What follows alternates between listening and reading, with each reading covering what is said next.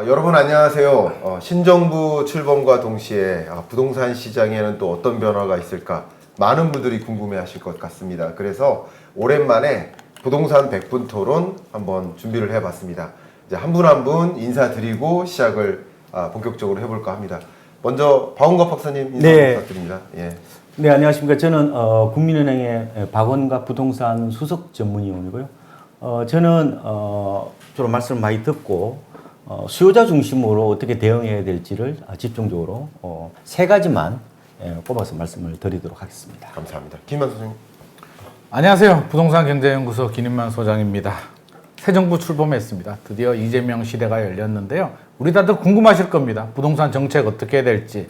규제 정책? 대책이 나올까? 나오면 어떤 대책이 언제 나올까? 궁금하시죠? 오늘 바로 설명해 드리겠습니다. 네. 박종호 교수님. 예, 안녕하세요. 모처럼 인사드립니다. 박종호입니다. 명지대학교의 실물투자분석학과에 있고요. 사실 저도 오늘 두 분의 제가 존경하는 업계 고수분들 그리고 김광석 교수님과 함께 이렇게 마라톤 세미나의 전초전을 준비하게 됐는데 제가 이번에 전달해 드릴 전망은요. 기술 패러다임의 변화가 곧 가져올 부동산 시장의 흐름의 변화 요걸로 저는 컨셉을 잡아봤습니다. 네. 그래서 아마 다른 두 분의 내용과 보합해서 보완해서 한번 살펴보시면 큰 도움 되실 겁니다. 네, 감사합니다. 자, 그럼 이제 본격적으로 부동산 100분 토론 진행할 텐데요. 전반적인 진행 방향을 여러분께 말씀드리겠습니다. 그러니까 네 분의 전문가가 발제를 할 겁니다. 그러니까 약 10에서 15분 정도 발제를 하고 그 발제 후에 세 분과 함께 그 주제로 좀 토론을 진행하겠습니다. 그럼 그런 식으로 제가 먼저 발제하고 토론하고 김인만 소장님의 발제가 있고 토론하고 박종호 교수님의 발제가 있고 토론하고 마지막으로 박원갑 박사님의 발제가 있고 토론하고 이렇게 긴 순서로 가니까 그 부분 유의해 주시고 일단 제 발제부터 토론을 시작해 볼 수 있도록 하겠습니다. 박수 부탁드립니다. 네, 일단 저는 거시경제 관점에서 부동산 시장의 변화를 어떻게 관찰해야 될까 짧게 말씀을 드려보도록 하겠습니다. 일단 첫 번째로 코멘트 드릴 게 바로 통화정책 기조의 변화입니다. 이것은 부동산 시장에 지대한 영향을 미칠 것이다라는 것은 여러분 다 알고 계시죠. 그리고 지금 현재 우리가 관통해야 될 굉장히 중요한 시장의 변화는 부동산 시장의 양극화, 저는 계속 비대칭화라고 전망을 말씀드렸는데 그 주제로 중심으로 말씀을 드려보도록 하겠습니다. 글로벌 통화정책 기조의 변화가 있습니다. 미국만 금리를 인하하는 것이 아니라 영국도 금리 인하하고 캐나다 굉장히 적극적으로 금리 인하하죠. 또 두드러지는 게 유로존입니다. 한번 보세요. 유로존 같은 경우 4.5%의 기준금리를 운용하다가 2.15%로 기준금리를 운영하는 것으로 바꿨습니다. 굉장히 적극적으로 금리 인하를 단행하죠. 스웨덴, 스위스 다 기축통화국들입니다. 이 기축통화국들이 모두 다 통화정책 기조를 전환해 나가고 있습니다. 근데 왜 전환할까? 그리고 그 전환은 시장에 어떤 사인을 줄까? 이 부분을 정리를 해야 됩니다. 그러면 22년, 23년에 대대적으로 세계 많은 국가들이 금리를 인상했는데 왜 그랬을까요? 보시는 것처럼 유로존은 역시 22년에 초인플레이션을 만나면서 물가 안정을 위해서 금리 인상을 한 겁니다. 미국 같은 경우도 22년에 초인플레이션을 만나면서 물가 안정을 위해서 금리 인하를 한 겁니다. 한국도 마찬가지 초인플레이션을 만나면서 물가 안정을 위해 금리 인상을 했던 겁니다. 그런데 다시 금리 인하를 하는 이유는 유로존 같은 경우 목표하는 물가 상승률, 목표 물가 2%에 부합하게까지 내려왔기 때문에 금리 인하하는 겁니다. 미국 같은 경우도 왜 금리 인하하고 있습니까? 목표하는 물가 안정을 위해 금리 인상했다면 물가 안정 목표에 도달하는 여정에서 적정한 금리를 중앙은행이 선택하는 여정이다 라고 생각하시면 좋겠습니다. 그럼 한국은 어떨까? 이제 한국으로 초점을 맞춰보면 한국은행이 생각하고 있는 목표 물가는 2%입니다. 그러면 지금 우리나라 마지막 5월 물가 상승률은 몇 %였을까? 1.9%입니다. 그러면 지금 우리가 운용하고 있는 2.5%의 기준금리는 물가 상승률 1.9%보다 상당히 높고요. 또 경제 성장률로도 한국은행은 올해 0.8%로 전망하는데 경제 성장률은 0.8%, 물가 상승률은 1.9%, 기준금리만 2.5%, 이런 금리를 우리는 보통 제약적 기준금리라고 하죠. 너무 과도하게 제약적인 거 아니냐, 경기 부양적으로 움직여야 되는 거 아니냐 하는 움직임입니다. 또 한 가지, 여러분께 이 부분을 좀 코멘트 드리고 싶은데요. 물론 여러분들이 체감하시는 물가는 가혹하게 높으실 겁니다. 왜냐하면 여러분들이 체감하시는 건 물가 상승률이 아니라 물가 그 자체이기 때문입니다. 물가는 여전히 오르고 있습니다. 그러나 금리, 통화정책 결정을 하는 데 있어서는 물가를 고려하는 게 아니라 물가 상승률을 고려하는 것이고, 지금 한국은행은 또 어떤 판단을 하기 시작했느냐, 이 부분이 좀 중요합니다. 저도요 2018, 19, 20년 정도에는 뭐 100분 토론합니다, 방송 출연 제안합니다, 작가님한테 전화를 받으면 그럼 주제가 뭔가요? 디플레이션 빠질까? 한국도 잃어버린 30년 일본처럼 디플레이션에 진입할까? 그래프 한번 보시면 2018, 19, 20년이 우리나라 역사상 가장 낮았던 물가 상승률이에요. 세 달 연속 마이너스 물가를 기록한 적도 있습니다. 그러니까 디플레이션이 우려됐던 지점이에요. 그러니까 지금 우리 경제는 또다시 디플레이션이 우려되는 경제로 가는 겁니다. 실제 그게 사실인지 한국은행의 물가 전망을 한번 보시면, 한국은행은 25년 하반기, 26년 상하반기 연속으로 목표하는 2% 물가 상승률을 지속적으로 하회할 것이다. 그러면 역시 2%라는 관역을 벗어나서 디플레이션이 점차 다시 우려되는 기조로 가는 거예요. 그러니까 이 얘기는 뭐예요? 금리 인하를 추가적으로 단행해야 될 필요성을 이 그래프에서 제시하는 겁니다. 역시 경제를 보아도 IMF도 25년 성장률을 1.0%로 전망했고 KDI도 한국은행도 0.8%로 각각 전망을 했습니다. 그러니까 이렇게 한국 경제가 성장세가 너무 주춤하고 경기 부양이 필요한 국면이고 물가 상승률은 오히려 목표하는 수준을 하회하는 상황이니까 적정한 금리를 선택해 나가는 데 있어서 2.5%는 과도하게 제약적이다라는 판단을 해볼 수 있겠죠. 그런데 이 통화정책 기조 말고, 이건 통화정책이죠. 근데 통화당국 말고 재정당국, 이재명 신정부의 재정정책 기조도 추경을 30조 편성한다, 경기 부양한다, 지역화폐, 이런 모든 종류의 얘기는 확장적 재정정책이라고 설명할 수 있습니다. 그러니까 재정을 투입해서 경기 부양하고 금리를 인하해서 경기 부양하고, 결과적으로는 어떤 모습이에요? 유동성 공급인 거죠. 근데 이게 우리나라만의 일이 아니라 세계적인 일이다. 유로존도 그렇고 그 밖에 여러 유로피언 국가들, 캐나다, 멕시코, 그 많은 나라들도 이제 긴축적인 재정정책, 긴축적인 통화정책을 운영하기보다는 이제 디스인플레이션 현상이 나타나면서 적정한 금리로 인하하고 나름 경기 부양적으로 재정정책을 확장적으로 가동하는 국면으로 진입한다. 시대가 또 달라진다는 것을 의견을 드리는 겁니다. 이런 과정에서 지금 신정부는 무엇을 우려할까? 한국은행도 무엇을 우려할까? 저는 금리 인하, 유동성 공급을 이렇게 수도꼭지에 수도를 푸는 거로 이렇게 비유를 합니다. 근데 수도를 풀었을 때 목표하는 건 뭘까요? 실물 경기 부양입니다. 두 개의 컵이 있는 거예요. 실물 경기 부양으로 물이 여기에 다 꽉 채워졌으면 좋겠다 하는 게 목적이에요. 그런데 안타깝게도 그렇게만 되지 않고 옆에 있는 부동산 시장이라는 컵에도 물이 튀기 마련이, 혹은 오히려 그쪽으로 쏟아질 수도 있어요. 이걸 우려하는 겁니다. 실제 그래프를 보시면 2020년, 21년 팬데믹 때 경기는 그렇게 어려웠는데 극단적인 완화적 통화 정책으로 집값이 폭등했고, 22년, 23년에는 긴축적 통화 정책 기조로 전환할 때 집값이 폭락했고, 그리고 24년 이후로는 저는 피벗의 시대라고 표현했죠.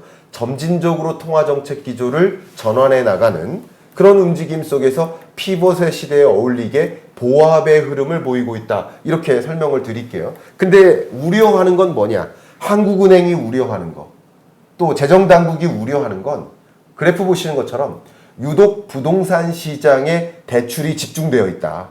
근데 오른쪽 그래프를 보시면 대출 집중도와 자본 생산성을 논해보면 유독 부동산 산업에는 대출이 집중되어 있지만 대출이 덜 집중되어 있는 영역은 돈이 유입될 때 자본의 생산성이 높은 거라는 거예요. 쉽게 말하면 부동산 산업은 상대적으로 추가적인 부가가치를 끌어올리는 생산성이 낮은 영역인데 오히려 그쪽으로 대출이 집중되고 있다라고 일종의 문제의식을 갖고 있는 분석인 겁니다. 특히 부동산 신용이 증가하면 증가할수록 그만큼 나머지 산업에 대출이 증가할 수가 없어요.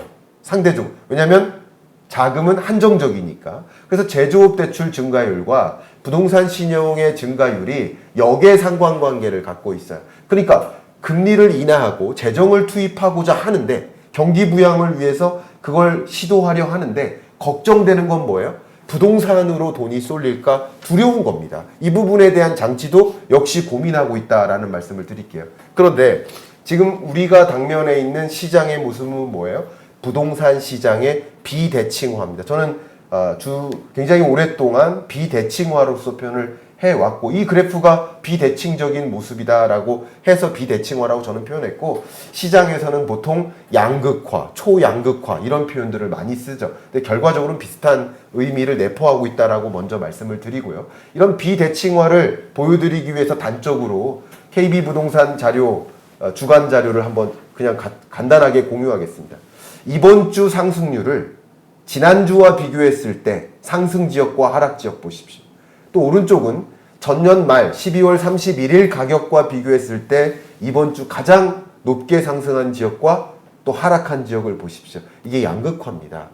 주로 서울을 중심으로 강한 상승세, 지방을 중심으로 강한 하락세가 지금도 전개되고 있다. 지역별 아파트 매매 가격 지수를 가지고 보아도 뚜렷합니다. 서울의 경우 지속적으로 24년 중반 이후 상승세가 뚜렷하게 나타나고 있고요. 근데 5개 광역시의 경우에는 그동안 한 번도 상승 반전하지 못하고 하락만 하고 있어요. 증감률로 보시면 더 명확해요. 이 5개 광역시는 22년 중반 이후 하락세로 전환했다. 마이너스 증가율이죠. 마이너스 증가율에서 플러스 증가율로 바뀐 적이 없어요. 근데 서울의 경우에는 23년 중반 이후 플러스로 바뀌었다가 그 플러스 증가율을 유지하고 있습니다. 그러니까 여전히 계속 증가하고 있는 거예요. 자, 이게 부동산 시장의 비대칭화인데요. 오늘 토론하고 싶은 대주제는 이 부동산 비대칭화에 대해서 우리의 그 신정부 이재명 대통령은 어떤 문제의식을 갖고 있나, 어떻게 해결을 하려 인식을 갖고 있나를 여러분께 공유를 해드리고자 합니다. 아직 국토부로부터 정책 방향이 발표되진 않았어요. 그러나 유세 현장에서 말씀하셨던 것들, 방송을 통해서 말씀하셨던 것들을 통해서 우리는 어느 정도 이 양극화에 대해서 어떻게 대응할지에 대한 방향성을 가늠해 볼 수 있다고 생각합니다. 한번 이 부분을 읽어드리도록 하겠습니다. 가격이 오른다고 힘들여 압박할 필요 있습니까? 이 인식 자체가 가격이 오르는 건 어쩔 수 없다라고 기존에 생각해왔던 소위 진보 정권에서의 의식과는 좀 차이가 있다. 그러니까 오르는 것을 오히려 억지로 막다가는 풍선 효과가 발생할 수 있다. 그러니까 오르는 것을 그대로 두자. 대신 역시 분배 정책으로서 서울을 중심으로 집값이 오르면 그러면 부동산을 보유한 자, 거래하는 자들에게 세금을 더 많이 부과할 수 있도록 하면 되는 게 아니냐. 그럼 많은 세금을 내면 그게 또 소득 재분배 효과가 있지 않느냐. 분배 정책인 거죠. 그러니까 이 가격이 오른다고 막으려 하지 않고 오히려 높은 가격으로 거래를 활발히 할 수 있게 하되 세금이라는 장치를 도입하면 되는 거 아니냐라는 인식이 있습니다. 그 다음 수요 과다로 집값이 오르면 세금으로 수요를 억제하는 것이 아니라 오히려 공급을 늘려서 적정한 가격을 유지하도록 하겠다. 그러니까 세금 정책보다는 가격 면에서는 가격 상승은 억제할 수 없으니 세금의 소득 재분배 효과를 누리고 또 가격 상승을 억제하기보다는 오히려 공급을 늘려서 안정적으로 너무 가파르게 상승하지 않도록 유도하겠다. 그리고 또 역시 지방 가격 하락세는 어떻게 할 것이냐. 이 대질문에 대해서는 이미 부동산 정책 공약, 이게 부동산 정책 공약이라보다는 국토 균형 발전, 행정자치 운영과 관련 정책 공약 부문인데요. 내용 보시면 세종 행정수도를 완성하고 5국이죠. 5대 초광역권, 또 3특이라고 합니다. 제주, 강원, 전북과 같은 특별자치도를 만드는 이런 것을 통해서 구체적인 내용은 여러분 이 자료를 확인해 봐 주시길 바라고, 어쨌든 지방에도 나름 온기를 불어놓고 또 기업들을 또 많이 유치하고 또 거기서 일자리도 많이 유치하고, 지방은 지방대로 집값을 상승시키도록 어느 정도, 그러니까 문제의식이 뭐냐면 서울은 너무 가파르게 상승하니 완만한 상승세로 전환하자라는 의견인 것 같고, 지방에 대한 태도는 너무 오랫동안 하락했으니 그나마 이 너무 오랫동안 하락함에 따라 야기되는 또 다른 문제가 악성 미분양 주택. 또 1분기 GDP를 보면 건설 투자가 마이너스 3.4%예요. 가장 이 마이너스 0.2%라는 역성장을 가져온 가장 높은 기여도를 가져온 게 건설 투자예요. 그러니까 지방 부동산 시장에 대한 인식은 더 이상 조정을 막자라는 인식입니다. 그것이 양극화를 해소하는데 적절한 접근이다라고 해석하고 있다. 그러니까 물론 저의 눈으로, 저의 판단으로 이제노믹스에 대한 의견, 저의 해석을 여러분께 공유하지만, 지금부터 이 발제를 마무리하고 여러분과 토론을 통해서 뭐 저의 생각이 틀릴 수도 있으니까 어떤 견해를 갖고 있는지 한번 중지를 모아보도록 하겠습니다. 네, 발제를 마무리했고요. 제가 먼저 네, 질문 부탁드립니다. 드리겠습니다. 요즘 글로벌 그 금융시장의 특이한 현상이 네. 미국을 중심으로 해서 대부분의 국가의 기준금리 기조는 하방에 대한 기대감이 점점 더 커지고 있는 추세고요. 네. 그런데 특이한 것은 미국의 그 국채금리 기조는 이런 기준금리 기조에 대한 기대감과 달리 최근 들어서 계속 상승을 하고 있고 네. 앞으로도 상승에 대한 기대감마저도 더 있는 게 사실입니다. 네. 그렇다면 결국 우리 부동산을 오늘 얘기하는 건데요. 우리나라 부동산도 당연히 금리로부터 자유로울 수 없는 거고. 근데 우리 금리 기조는 또 미국의 기준금리라든가 국제적인 금리 기조와 또 자유로울 수 없는 것인데 네. 그런데 미국의 기준금리는 하방에 대한 기대감이 높은데 네. 시중금리에 더 지대한 영향을 미친다라고 우리가 일반적으로 평가하는 미 국채금리는 오르고 네. 그러면 우리 시중금리, 더 정확히 말하면 우리 주택담보대출금리는 이 두 가지 변수에 어디에 더 영향을 받는 형태로 귀결될까요? 저 답변을 드린다면 네. 뭐 둘 다라고 의견을 드립니다. 일단 네. 둘 다입니다. 근데 궁극적으로는 네. 좀 중기 텀으로 보면 결국은 균형점에서 만납니다. 이게 엇박자를 보이지만, 그러니까 주로 기준금리는, 예를 들어서 미국 기준금리는 작년 이래로 지금 한 6개월 지났지만 6개월 동안 기준금리를 바꾼 적이 없어요. 네. 계속 여전히 4.5%, 4.75%의 기준금리를 유지하고 있단 말이죠. 네. 근데 시중금리는 올랐다 떨었다 하잖아요. 그러면 말씀을 한번 드려보면, 일단 국채금리가 요즘에 미국 국채금리가 급등했었던 배경을 뭐 설명드리면 좀 길지만 짧게 한 가지만 말씀드리면, 미국 국채에 대한 신뢰도가 떨어졌습니다. 여러 가지 이유로 미국의 무역 정책이 이랬다 저랬다 한다든가, 미국 경기에 대한 불안감이라든가, 미국 국채를 안전자산으로 평가할 수 있는가에 대한 의문이 크게 제시된다든가, 뭐 여러 가지, 또 강달러 기조가 좀 약세화로 전환되면서 국채를 갖고 있는 게 맞는가, 그러니까 미국 달러 표시 자산에 대한 의심을 갖기, 그러니까 이런 여러 가지, 또 정치적으로도 내몰리고 있고, 그 밖에 미국의 가장 중요한 이 부채 문제 때문에 추가적으로 국채를 발행하지 않겠느냐. 그럼 추가 국채를 발행하면 국채 가격이 떨어지고 국채 금리가 또 치솟을 텐데, 그것에 대한 공포감, 우려감이 반영된 게 지금의 미 국채 금리다, 이렇게 말씀을 드리고요. 예. 근데 그렇기 때문에 트럼프 행정부 입장에서는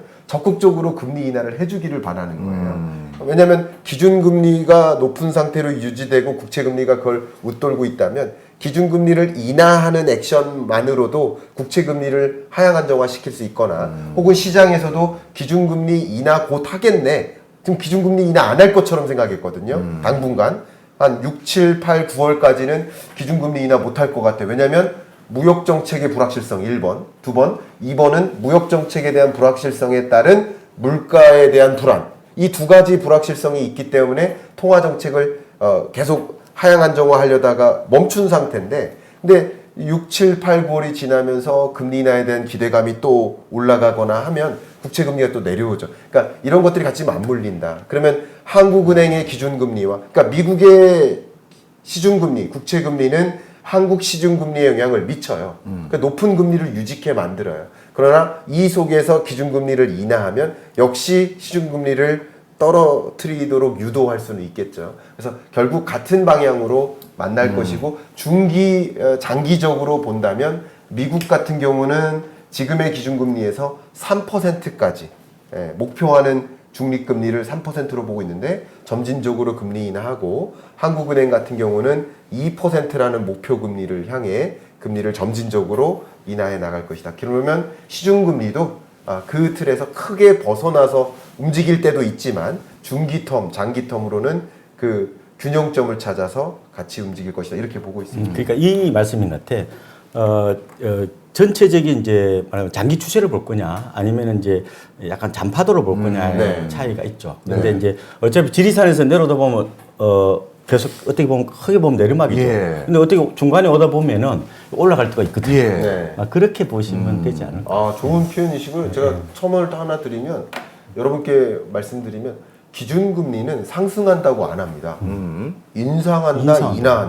인위적인 거죠. 근데 이 국채금리나 나머지 금리들은 인상한다, 인하한다 안 합니다. 상승하락입니다. 이게 뭐냐면 시장금리는 결정되어지는 것이고 수많은 요인들에 의해서 방금 가볍게 설명을 했었죠. 수많은 요인들에 의해서 움직이는 것이고 기준금리는 인위적으로 결정하는 거예요. 근데 그 기준금리를 인위적으로 결정하는 그 방향하고 큰 틀에서 벗어나기는 어렵습니다. 일시적으로 벗어날 수는 있겠지만 약간 강아지의 목줄을 매면 네. 벗어나기도 하지만 네. 다시 주인 따라 오기도 하고 하잖아요. 결과적으로는 주인하고 같이 가는 것이다. 네. 이렇게 의견을 좀 드려보도록 하겠습니다. 그 실장님이 그 말씀하셨어요. 그러니까 5월에 우리 이제 소비자 물가 상승률 CPI가 네. 1.9%다. 근데 이제 집값이 어떻게 보면 서울 사람 입장에서는 이렇게 많이 올랐는데 왜 이게 1.9%냐? 네. 아까 이제 물가 수준과 물가 상승률, 변동률은 다르다고 말씀을 하셨는데 네.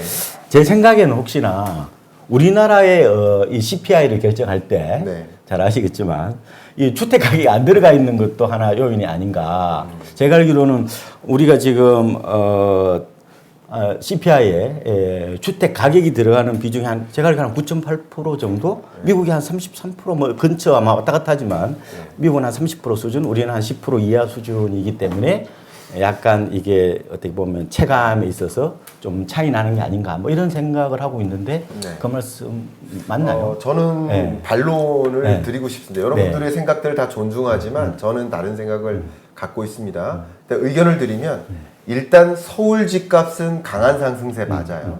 근데 지방의 경우에는 강한 하락세이기 때문에 전국 평균 가격으로 보면 보합이죠, 지금. 그렇죠. 그러면 물가 상승률에는 큰 기여를 안 한다고 볼 수도 있어. 오히려 물가 상승률을 떨어뜨리는 요인일 수도 있어요. 그렇죠. 전국 평균 가격으로 본다. 그러니까 벌써 반문이 되고요. 또 물가 상승률을 계산할 때 전년 동월과 비교를 합니다.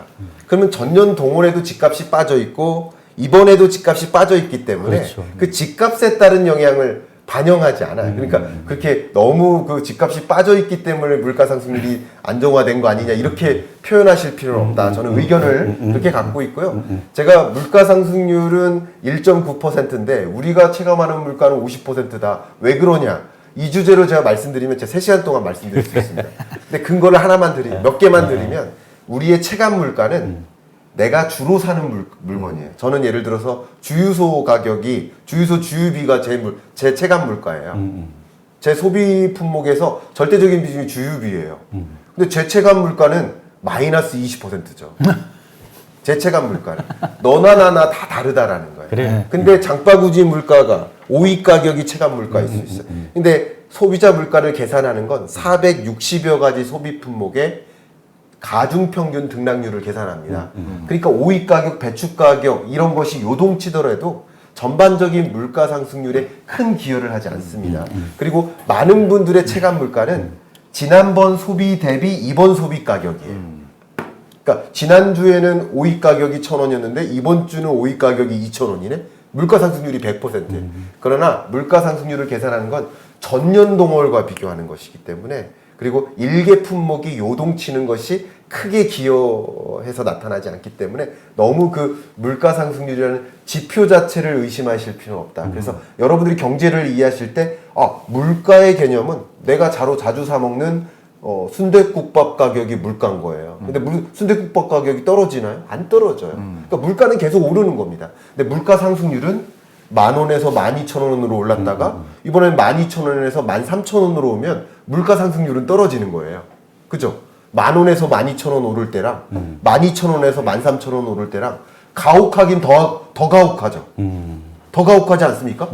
가혹하죠, 이 물가가. 그러나 물가 상승률은 떨어지는 거죠. 근데 한국은행의 관심은 물가 상승폭이니까 물가에 너무 연연하시면 경제를 읽어나가는데 오히려 불리하다. 이렇게 의견을 좀 드려보고. 굉장히 좋은 말씀이고요. 네. 네, 저는 이제 그 말씀을 드린 거예요. 일반적으로 우리나라 이제 CPI를 이제 산정을 할 때에 네. 우리 집세는 들어갑니다. 집세는 들어가는데 이제 임대료는 그렇죠. 들어가는데 매매 가격은 미국은 들어가지만 우리는 안 들어가기 때문에 일부 그런 착시 현상이 나타날 수 있는데 그런 계산 방식에 약간 차이가 있는 점을 한번 네. 여러분들이 좀 아셨으면 좋겠다 그래서 제가 우리 거시경제 고수인 김 실장님한테 한번 질문을 해본 겁니다. 감사합니다. 예. 예. 저도 궁금한 게 있는데요. 네. 우리 박원갑 박사님께서 토론 최대한 자제하고 하자 그러더만 네. 엄청 발언을 길게 해가지고요. 시간이 별로 없습니다. 아닙니다. 3가지 질문하려고 했는데 시간 관계상 2가지만 묻고 싶은데요. 네. 이제 이재명 정부 이제 마지막에 말씀을 하시면서 이제 세금 장치, 그러니까 시장 흐름에 맡기겠다라고 하면서 이제 세금 장치로 한마디로 거래세를 가지고 조절하면 된다라고 말씀을 하셨는데 네. 그 뒷단에는 세금 수요 억제 정책은 하지 않겠다라고 했는데 네. 그 부분에 대해서 구체적으로 그러면 안 맞잖아요. 네. 이 네. 언밸런스에 대해서 어떤 의미인지 한번 설명을 해주시고요. 뭐, 또 하나는 이제 양극화에 대해서 이제 문제 인식을 하고 있는 것 같은데 구체적인 실행 방안이 이번에 공약 내용에서도 저는 크게 보이지 않는다고 생각을 하고 있는데 그 부분에 대해서도 답을 좀 네. 주시면 좋을 것 같습니다. 제가 뭐 이재명 대통령실의 뭐 대변인은 잠깐 전화 좀 드려볼까요? 대변인 강유정 대변인이 좀 부탁드립니다. 저한테 자꾸 그건 아니니까. 그러나 한번 지금은 어떤 것도 발표되지 않았으니까 네. 지금은 유추해 보자는 거죠. 네. 여러 가지 말씀으로써 그러니까 이미 소위 고자산가들에 대한 세금 부과 장치들은 마련되어 있죠.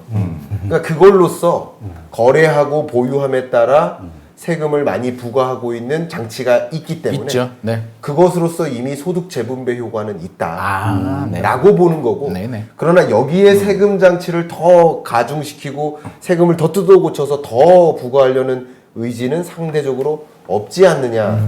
대신 공급량을 더 늘린다면 수요와 공급의 원리에 의해서 가격이 상승할 때 하더라도 이렇게 폭등하는 흐름을 막을 수 있지 않느냐. 완만하게 상승하는 것을 더 유도하고자 하는 의지가 담겨 있지 않는가라고 유추를 할 수 있겠고요. 네. 가장 중요한 것은 이제 국토부에서 공식적으로 이재명 표 부동산 정책 방향 이게 발표되면 더 알겠지만 지금으로서 우리가 그런 것들을 한번 유추하고 가늠해 보자라는 의견인 것이고 그리고 이제 인식 자체가 지방에 가혹하게 집값이 조정되어 왔고 그것이 또 지방 소멸을 만들고 그게 많은 악성 미분양 주택을 쌓이게 만들고 또 건설 투자가 완전히 위축되게 만들고 경기 부양이 더 어려워지고 이 자체에 대한 문제 의식이 있기 때문에 이 지방 부동산만큼은 뭔가 활력을 불어넣기 위한 장치들을 더 많이 고민하고 있다. 그래서 구체적인 내용들이 여기 이렇게 적시되어 있다.